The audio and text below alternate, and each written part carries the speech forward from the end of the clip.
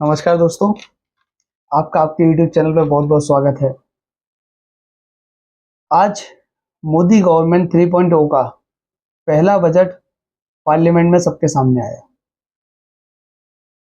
बहुत सारे लोगों को बहुत सारी उम्मीदें थी कि शायद ऐसा भी होगा, वैसा भी होगा या फिर जो भी रहेगा।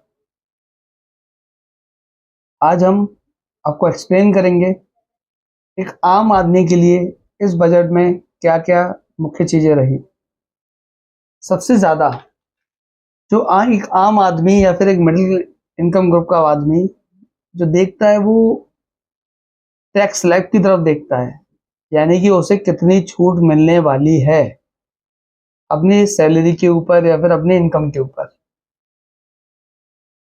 तो उसकी अगर हम बात करें तो पिछले कई 2-3 सालों से गवर्नमेंट हमें दो रिजिम के अंदर बांटती हुई आ रही थी, न्यू टैक्स रिजिम और ओल्ड टैक्स रिजिम, जिसमें वो अपने अपने फायदे भी बता रही थी कि न्यू टैक्स रिजिम में आपको इतना मिलेगा, उसमें कुछ ऐसा होगा वैसा होगा। बट ये बात तय हो चुकी थी कि गवर्नमेंट धीरे धीरे सब लोगों को न्यू टैक्स रिजिम की तरफ लेके जाना चाहती है, जिस वजह से उन्होंने काफ़ी आकर्षित करने वाली डिडक्शंस भी दी। जैसे पुरानी रिजिम के अंदर पिछले साल तक जो डिडक्शन 5 लाख रुपए तक की इनकम पे थी, यानी 87A का 12,500 रुपए का जो डिडक्शन था, 2.5 लाख रुपए की इनकम टैक्स फ्री थी और 2.5 लाख से ऊपर 5 लाख तक आप 87A का डिडक्शन लिया करते थे, जिसे गवर्नमेंट रिबेट कहती थी। नई स्कीम को बढ़ावा देने के लिए, यानी नई रिजिम को बढ़ावा देने के लिए गवर्नमेंट ने उस इनकम के अंदर 7 लाख रुपए तक की इनकम के ऊपर टैक्स रिबेट देना शुरू कर दिया। यानी नए रिजिम के अनुसार जैसे 3 लाख रुपए तक के टैक्स के 3 लाख रुपए तक का इनकम टैक्स फ्री था, 3 से 6 लाख रुपए के ऊपर 5% का टैक्स था और 6 के बाद और भी टैक्सेस थे, तो उन्होंने पूरा एक 7 लाख रुपए तक का इनकम टैक्स फ्री कर दिया। यानी कि ज़्यादा से ज़्यादा लोग नए रिजिम की तरफ जाएं। नए रिजिम के अंदर अगर आपको जानकारी है तो मैं बता देता हूँ, यदि आपको बहुत जानकारी इसकी नहीं है तो। ओल्ड रिजिम के अंदर आप डिडक्शंस क्लेम करते हैं अलग अलग धाराओं के अंदर, 80C, 80D, 80G, 80G, मतलब काफ़ी धाराएं नीचे रहती हैं। 1.5 लाख रुपए तक की डिडक्शन 80C के अंदर है। हेल्थ इंश्योरेंस की डिडक्शन अलग 80D के अंदर है। उसके अलावा और भी डिडक्शंस हैं। होम होम प्रॉपर्टी यानी कि house property, sorry, home loan यदि आपने ले रखा है तो उसकी अपनी डिडक्शंस हैं। बट अगर आप नई रिजिम में जाते हैं तो वो आपको फ्लैट टैक्सेस को कम कर देते हैं। आप डिडक्शंस मत लीजिए, जो करना है कीजिए। डिडक्शंस आप डालेंगे तो भी आपको डिडक्शंस नहीं मिलेंगी, बट आपको टैक्सेस के जो रेट्स हैं वो कम हो जाते हैं। ठीक है, तो अब जो बजट पारित हुआ इसके अंदर टैक्स स्लैब क्या क्या रखे गए हैं। फिलहाल पहले की तुलना में और इसकी तुलना में थोड़ा सा फर्क आया है चीज़ों के अंदर। इस समय जो नए टैक्स स्लैब हैं उसके अनुसार, माफ कीजिएगा, उसके अनुसार 3 लाख रुपए तक की इनकम टैक्स फ्री रखी गई है। 3 लाख रुपए से 7 लाख रुपए तक की इनकम के ऊपर 5% का स्लैब रखा गया है। 7 लाख रुपए से 10 लाख रुपए तक की इनकम के ऊपर 10% का स्लैब रखा गया है। 10 लाख रुपए से 12 लाख रुपए पे जब आप जाते हैं तो 15% का स्लैब आता है। 12 लाख से 15 लाख तक आप जाते हैं तो 20% का स्लैब है। और अगर आप 15 लाख से भी ऊपर हैं तो फिर आपको 30% का स्लैब आपको निकल के आता है, जो पहले भी था। बट जिन लोगों की इनकम अप्रोक्स 7 लाख से 10 लाख या 12 लाख रुपए तक रहती है और जिन्हें पूरा टैक्स देना ही रहता है, तो उनके लिए ज़रूर इसमें थोड़ी सी राहत मिलेगी। वो जो टैक्सेस को अपने कैलकुलेट करेंगे दोनों रिजिम के हिसाब से, तो उन्हें महसूस होगा कि उन्हें थोड़ा सा राहत इसमें मिल जाएगी। ठीक है, तो यही था टैक्स स्लैब को लेके। तो अब और बेनिफिट्स क्या क्या हैं ये हम जान लेते हैं एक बार, और या फिर क्या क्या बदलाव गवर्नमेंट कर रही है। अगर हम कैपिटल गेन्स की बात करें तो दो तरीके के कैपिटल गेन्स के अंदर टैक्स होते हैं, शॉर्ट टर्म कैपिटल गेन और long term capital gain. Short term capital gain generally उन एसेट्स पर लगता है जो आप 1 साल से कम पीरियड तक होल्ड करते हैं, यानी कि उनको शॉर्ट टर्म कैपिटल गेन पे करना होता है हमें, जिसकी फ्लैट रेट थी 15% इस बजट से पहले तक।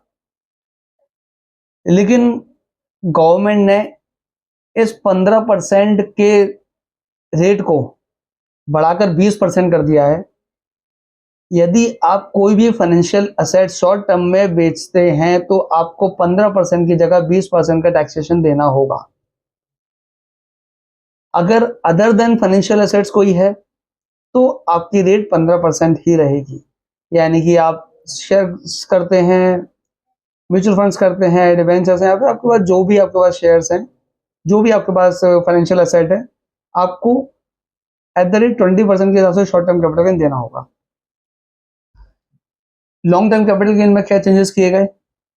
लॉन्ग टर्म कैपिटल गेन को 10% जो फ्लैट था उसको बढ़ा के गवर्नमेंट ने 12.5 यानी कि 12.5% पे ले आई है। हालांकि इसका बहुत सारा इम्पैक्ट कितना होगा वो लॉन्ग टर्म मार्केट वालों को रहेगा, लेकिन आप अगर इसका सोचेंगे तो बहुत सारा इम्पैक्ट हो जाएगा, तो ऐसा नहीं है। वो एक छोटा सा इम्पैक्ट होगा जरूर, पर बहुत बड़ा नहीं होगा।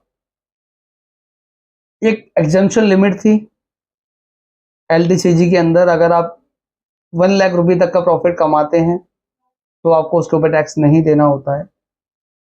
गवर्नमेंट ने ये अच्छा कदम है कि इस लिमिट को थोड़ा सा बढ़ाया है। अब आप 1 साल के अंदर 1.25 लाख रुपए तक का भी प्रॉफिट करते हैं एलडीसीजी का तो वो पूरा एग्जम्प्ट रहेगा। हाँ, अगर उसके ऊपर अगर आपकी इनकम जाएगी तो उसका टैक्सेशन 12.5% की रेट से होगा। ठीक है, ये एक मोटे मोटे फिगर्स थे जो एक आम आदमी को जो जानने ही होते हैं। इसके अलावा अगर आप सैलरीड एम्प्लॉई हैं तो आपके लिए खुशी की बात यह है कि आपका 50,000 रुपए का स्टैंडर्ड डिडक्शन जो आपको मिलता था वो अब 75,000 रुपए का हो गया है, तो आप खुशी मना सकते हैं इस चीज को लेके। कुछ चीजें अच्छी भी की गवर्नमेंट ने, ये तो एक ना बहुत अच्छा था ना बहुत बुरा था, बट ठीक था। हम अपेक्षा करते हैं गवर्नमेंट कुछ और भी अच्छा करती, कुछ और भी बदलाव करती तो वो ज्यादा बेटर लगते, लेकिन ठीक है, बुरा बजट नहीं है। अब जो महिलाएं काम करती हैं, कामकाजी जो महिलाएं हैं, गवर्नमेंट ने उनके लिए बड़ा अच्छा सोचा है कि गवर्नमेंट वर्क फोर्स के लिए, जो महिलाएं वर्क फोर्स होती हैं उनके लिए वुमेन हॉस्टल्स बनाएगी जहां पे कामकाजी महिलाएं रहेंगी या फिर उनकी सुरक्षा हो पाएगी अच्छे तरीके से। ये बहुत अच्छा कदम है गवर्नमेंट का। एक पढ़ने वाले बच्चे जो होते हैं उनके लिए भी कुछ खास था। अब गवर्नमेंट क्या करेगी, अगर आपके पास 10 लाख रुपए तक का लोन है, एजुकेशन लोन, तो आपको हर साल गवर्नमेंट अपनी तरफ से वाउचर्स देगी, जिससे आपका जो इंटरेस्ट जा रहा है वो तकरीबन 3% तक कम हो जाएगा। ये भी एक वेलकमिंग स्टेप है, जो शायद ज़्यादा होना चाहिए था, लेकिन फिर भी ठीक है। एक और बदलाव हुआ है गोल्ड को लेके। गोल्ड की इम्पोर्ट ड्यूटी जो इनके चार्जेस थे वो 16% अराउंड थे, जिसको घटा के 6% पे लेके आ चुके हैं, 15% से 6% पे लेके आ चुके हैं। तो ये चीज़ें हम गोल्ड और सिल्वर की प्राइसेस में भी देखेंगे। आने वाले दिनों में इनके प्राइसेस कम होंगे, आप ज़्यादा से ज़्यादा गोल्ड ले सकते हैं।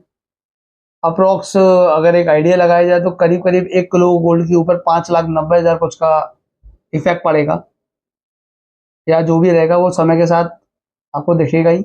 और अगर प्लेटिनम की बात की जाए तो ये रेट करीब 6.5% पे घटा के ले आए हैं। इसके अलावा गवर्नमेंट ने, खैर जो आम आदमी के लिए जो ज़रूरत वाली चीज़ें होती हैं वो मैं आपको बता चुका हूँ सारी। इसके अलावा गवर्नमेंट ने यूथ के लिए एक अच्छा काम किया है, उनकी एम्प्लॉयमेंट के लिए एक अच्छे इनिशिएटिव्स उठाए हैं, जिसके बारे में हम बात बाद में कर सकते हैं। और फार्मर्स के लिए कुछ डिजिटलाइजेशन के लिए एक अच्छा काम किए गए हैं। बिहार को, आंध्र प्रदेश को, या फिर और भी स्टेट्स, असम है, यानी नॉर्थ ईस्ट के स्टेट्स हैं, इनको स्पेशल पैकेजेस मिले गए हैं। तो कुल मिला के अगर बजट को अगर आप एक रेटिंग्स देना चाहते हैं तो वो एक अच्छा बजट है, ठीक बजट है। लॉन्ग टर्म के पर्सपेक्टिव को देखते हुए रखा गया है, बहुत ज़्यादा हवाई फायर नहीं किए गए हैं, ठीक है, अच्छा है बजट और हम सबको अप्रिशिएट करना चाहिए।